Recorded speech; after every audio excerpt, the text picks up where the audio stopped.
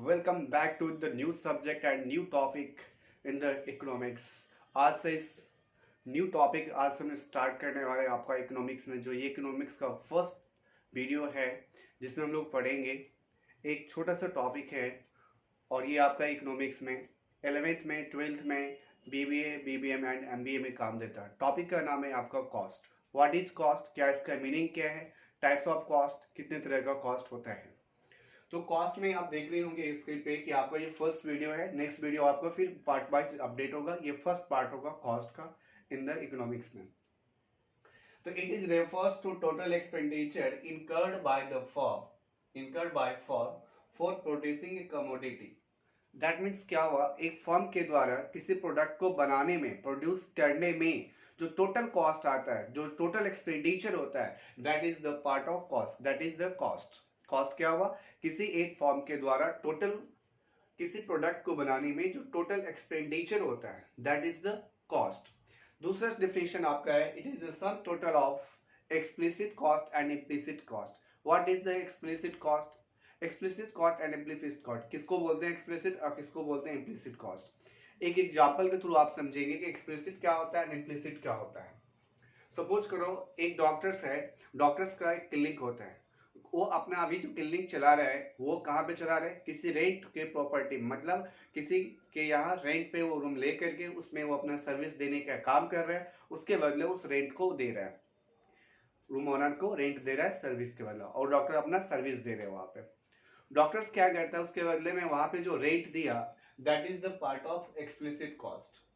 और implicit cost क्या होगा आपका, इम्प्लिसिट कॉस्ट क्या होता है, सपोज करो कि वो डॉक्टर जो क्लिनिक में जाकर के दूसरे के यहाँ दूसरे रेंट पे प्रॉपर्टी में जाके सर्विस दे रहा था, अब वो डॉक्टर क्या कर रहा है, वो अपने घर में आके सर्विस दे रहा है, उसी सर्विस को अपने घर में आके दे रहा है। बट यहाँ पे कंडीशन क्या है कि यहाँ पे उसको बदले में उसको रेंट नहीं देना पड़ रहा है, लेकिन वो भी कॉस्ट का पार्ट होता है, तो उसको हम लोग बोलते हैं इम्प्लिसिट कॉस्ट बोलते हैं। तो दो डेफिनेशन हुआ। पहला डेफिनेशन हुआ कॉस्ट का, it is refers to total expenditure incurred by firm for producing a commodity. दूसरा हुआ, it is sum total of explicit cost and implicit cost. And opportunity cost क्या था, अपॉर्चुनिटी कॉस्ट मीन्स होता है it is the cost next best alternative, मतलब आपका इसके बदले में नेक्स्ट चॉइस क्या है, नेक्स्ट बेस्ट अल्टरनेटिव आपके पास में ऑप्शन क्या है। जैसे सपोज करो आपके पास में तीन जॉब है, एक ए बी और सी। ए में आपको सैलरी मिलेगा 20,000, बी जॉब से आपको सैलरी मिलेगा 30,000, और सी में कंपनी में अगर काम करेंगे तो आपको सैलरी मिलेंगे 40,000। तो अगर आप ए को लेंगे, अगर आप ए बी में काम करें, ए में काम करेंगे तो आपके पास में बेस्ट चॉइस क्या है, 30,000 का। अगर आप बी में काम करेंगे तो बेस्ट चॉइस क्या है, 40,000। इनफैक्ट हम लोग पढ़ते भी तो इसीलिए है कि कौन सा मेरे लिए बेस्ट होगा, कैसे हम लोग काम करेंगे। इसको पढ़ने से पहले एक मिनट ध्यान रखेंगे आप, जिसमें क्या डिटेल्स में पढ़ना है हम लोग को, कि 2 पॉइंट ऑफ व्यू से हम लोग को कॉस्टिंग पढ़ना पड़ेगा। जैसे मान लीजिए यहाँ पे एक पार्ट लिखते हैं हम लोग, जो पढ़ना है हम लोग को वो है आपका शॉर्ट रन। क्या आपको पढ़ना है, शॉर्ट रन, एंड एक होता है आपका लॉन्ग रन। तो पहले हम लोग पढ़ेंगे शॉर्ट रन में कैसे कॉस्ट का फंडिंग होता है और इसका क्या क्या पढ़ना है, और फिर हम लोग पढ़ेंगे नेक्स्ट वीडियो में लॉन्ग रन के बारे में।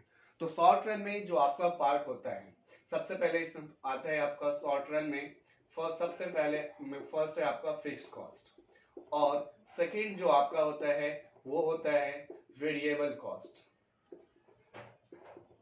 एंड थर्ड आपका होगा total cost.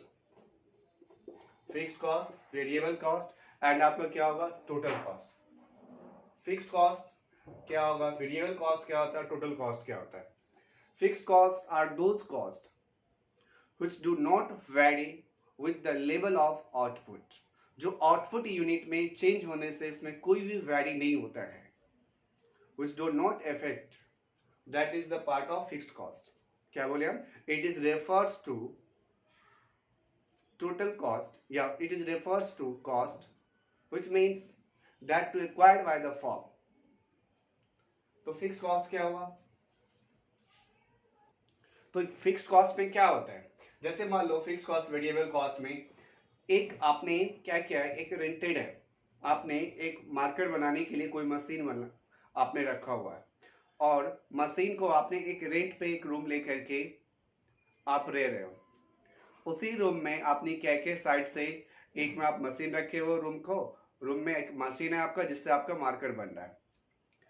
So by the way मान लो कि लॉकडाउन हो गया और जो आपका मशीन है वो चल नहीं रहा क्योंकि लॉकडाउन है, सब कुछ बंद है। तो आप हमको ये बताओगे जो रेंट है वो तो रूम ओनर को हमको देना ही है। तो जो रेंट होगा, जो चेंज नहीं होगा, दैट इज होगा वो फिक्स कॉस्ट। लेकिन जो मशीन है उसमें जो फ्यूल लगेगा वो फ्यूल क्या होगा, अगर हम काम करेंगे, मेरा मशीन ऑन होगा तो ही हमको देना पड़ेगा उस मशीन को चलाने के लिए फ्यूल, अदरवाइज फ्यूल क्या होगा, नहीं लगेगा। फ्यूल पे डिपेंड है, अगर मशीन ज्यादा टाइम चलेगा तो उसको फ्यूल ज्यादा देना पड़ेगा, अगर फ्यूल कम मशीन कम चलेगा तो फ्यूल कम लगेगा।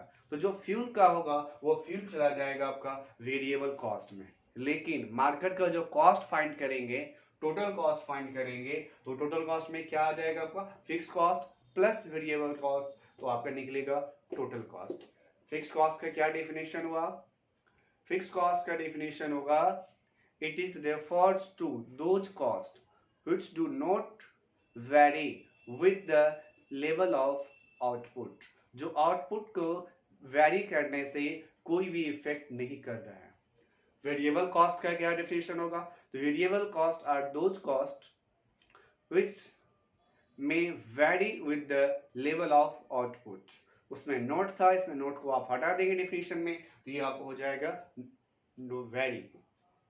नेक्स्ट है टोटल कॉस्ट। तो टोटल कॉस्ट का डेफिनेशन आपने क्या देखा, ये दोनों को ऐड कर, it is sum total of fixed cost and variable cost. जब आप फिक्स्ड कॉस्ट को एंड वेरिएबल कॉस्ट को ऐड कर देंगे तो आपका निकलेगा टोटल कॉस्ट। अब इसमें हम लोग को देखना क्या है, क्या क्या इसमें हम लोग को पढ़ना पड़ेगा। इसमें देखो ध्यान से आप समझेंगे, पहले पढ़ेंगे फिक्स कॉस्ट के बारे में डिटेल्स में देखेंगे, फिर हम लोग पढ़ेंगे वेरिएबल कॉस्ट के बारे में। जैसे मान लो यहाँ पे हम लेते हैं आउटपुट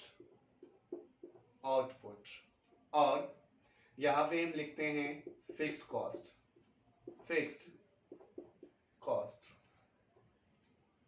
आउटपुट मान लो 0 है, बात समझना। अगर लॉकडाउन है, मशीन बंद है, रूम लॉक करके भी हम रखेंगे, बट उसमें हम बिजनेस मेरा चल रहा था, बट अभी क्या है, लॉकडाउन की वजह से मान लो मशीन का कोई भी पार्ट्स काम नहीं कर पा रहा है, कुछ भी काम वहां पे नहीं हो पा रहा है। तो अगर मान लो आउटपुट मेरा 0 भी है तो क्या होगा, कभी भी फिक्स्ड कॉस्ट 0 नहीं हो सकता है। क्यों, क्योंकि मशीन में जो नहीं फ्यूल नहीं लगेगा तो उसका कॉस्ट नहीं आएगा, लेकिन रेंट तो देना होगा। तो मान लो कि ये मान लेते हैं कि 24 है, बट अब 1 आया, मान लो एक आउटपुट, एक मार्केट मान लो कुछ भी बना रहे तो उसका भी 24 ही है। मान लो 2 है तो उसका भी 24 है, 3 हुआ तो उसका भी 24 है, 4 है तो 24 ही है मान लो, और 5 है आपका तो भी आपका ये 24 है। तो फिक्स कॉस्ट में आप क्या देख रहे हो कि अगर मेरा आउटपुट यूनिट्स 0 भी है तो भी मेरा फिक्स कॉस्ट होगा, चाहे मशीन चलेगी, चाहे आप रूम ब्लॉक करके रखो, चाहे आप रूम 24 आवर्स रूम को यूज करोगे, तो भी आपको रेंट देना ही पड़ेगा। तो क्यों, क्योंकि वो फिक्स कॉस्ट का पार्ट है। अब इसका आप ड्रॉ करोगे एक्स एक्सिस पे, वाई एक्सिस पे इसको, तो कैसे लगेगा, मैं देखते हो, अब ध्यान से देखना। आपको पता है ये लाइन स्ट्रेट होगा आपका, सॉरी ध्यान से देखोगे तो ये है आपका,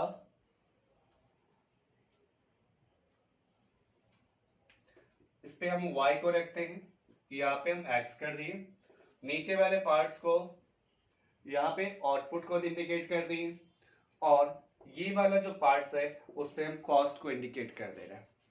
इस पे क्या है कॉस्ट और इस पे क्या है आपका आउटपुट। तो आउटपुट ये वाला पार्ट क्या होगा 0, फिर आपका क्या हुआ 1, फिर क्या हुआ 2, फिर क्या हुआ 3, फिर क्या हुआ 4 एंड फिर क्या हुआ 5। कॉस्ट को आप करोगे तो 24 24 24, तो मान लो कॉस्ट को हम क्या कर दे रहे हैं यहाँ पे 12 के टेबल में हम लिख देते हैं, तो 12 24 36 48 और 60। आउटपुट ध्यान देना, आउटपुट क्या है 0, तो भी फिक्स कॉस्ट कितना है 24 ही है आपका। तो ये जो लाइनिंग होगा ये स्ट्रेट लाइन में जाएगा। क्यों जाएगा स्ट्रेट लाइन में, क्योंकि 0 है तो भी 24, 1 है तो भी 24 और 5 है तो भी 24। तो ऑब्जेक्टिव में ये क्वेश्चन आ सकता है एग्जाम में कि जो फिक्स्ड कॉस्ट का कर्व होता है, जो लाइन होता है, ग्राफ होता है, वो कैसा होता है? ये आपका स्ट्रेट लाइन होता है क्योंकि ये कंस्ट्रेंट होता है, ये इक्वल होता है। That's it. कोई भी दिक्कत होगा आप कमेंट करेंगे। उसके बाद में ये तो हो गया आपका फिक्स्ड कॉस्ट का। अब हम देखते हैं वेरिएबल कॉस्ट को। वेरिएबल कॉस्ट क्या होगा? जो इसमें क्या हुआ, आउटपुट मेरा क्या हुआ, चेंज हुआ, बट मेरा कॉस्ट क्या हुआ, फिक्स, चेंज नहीं होगा। अब हम लोग को देखना है वेरिएबल कॉस्ट को।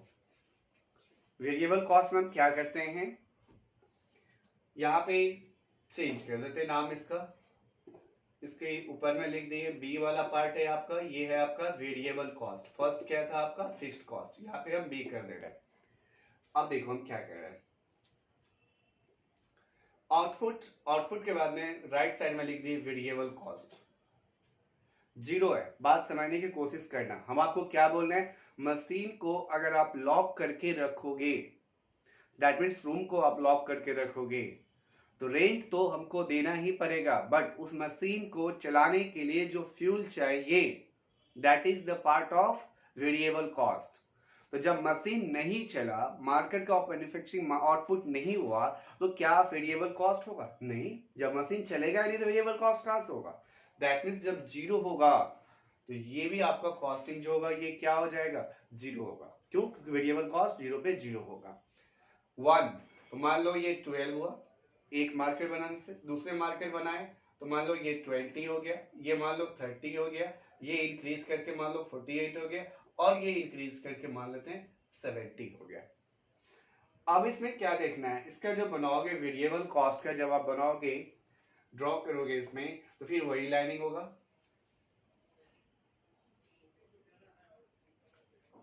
ये वाला, इस पे हम लोग कॉस्ट को दिखाते हैं यहाँ पे। अब चलो आउटपुट में क्या है, तो ये जीरो होगा, 1 2 3 4 एंड क्या हुआ आपका 5 हुआ। वेरिएबल कॉस्ट में क्या होगा, तो वेरिएबल कॉस्ट में आपका जीरो है यहाँ पे, फिर 12 है, फिर 20 30 40 70 है। तो चलो 12 जाके टेबल में हम लिख देते हैं, 12 24 36 48 60 72। ध्यान से देखना, अब यहाँ पे 12 है, 20 है, 30 है, 40 और 70 है, तो इसका जो बनेगा और फिर ये जीरो भी है, तो वेरिएबल कॉस्ट का जो ग्राफ लाइन ड्रॉ करोगे ये ऐसे जाएगा, ये जीरो से स्टार्ट करोगे,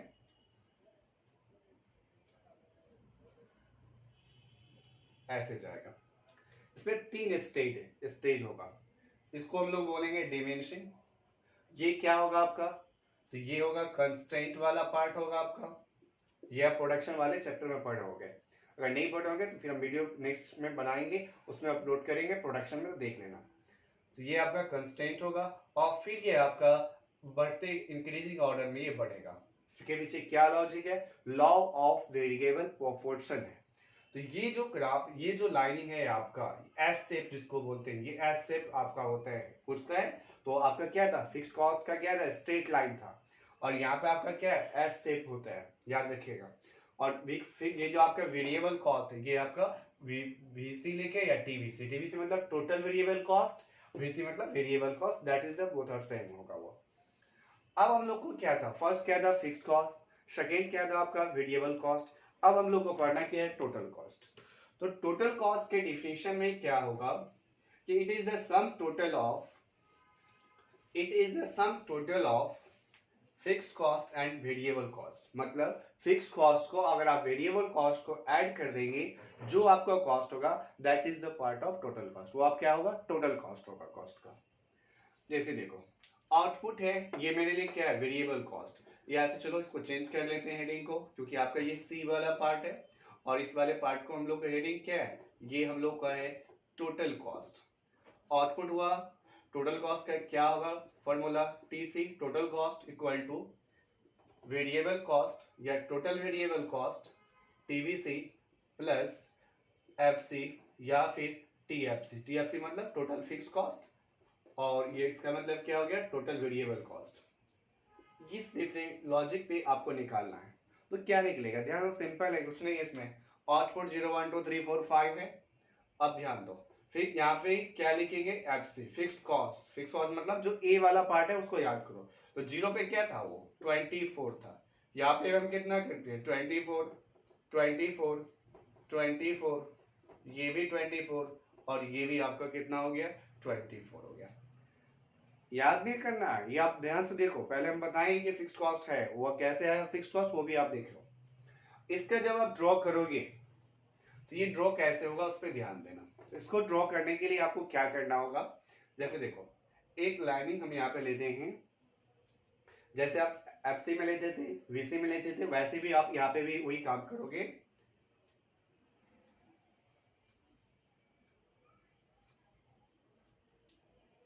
क्लियर है, इस लाइन और ये लाइन, ये आपका वाई है यहाँ पे, ये आपका एक्स है यहाँ पे। अब क्या है यहाँ पे, आउटपुट ये सेम है, तो यहाँ पे 0 हुआ आपका, 1 2 3 4 एंड 5। चलो, फिक्स कॉस्ट और वेरिएबल कॉस्ट है, हम क्या करते हैं, पहले इसमें टेबल पे ले लेते हैं। देखो, तो यहाँ से 12 20 30 40 70 तक गया है, और ये 24 पे कंस्टेंट है, तो इसको भी हम 12 के टेबल में लिख देते हैं। 12 24 36 48 60 72। ये कोई जरूरी नहीं कि 12 के टेबल में आप लिखोगे, आप 9 में लिखो, 7 में लिखो, 6 में लिखो, 4 में लिखो, 2 में लिखो, आप किसी में भी कर सकते हो, उससे कोई दिक्कत नहीं, हम सिर्फ इक्वल का गैप देने के लिए कर रहे हैं।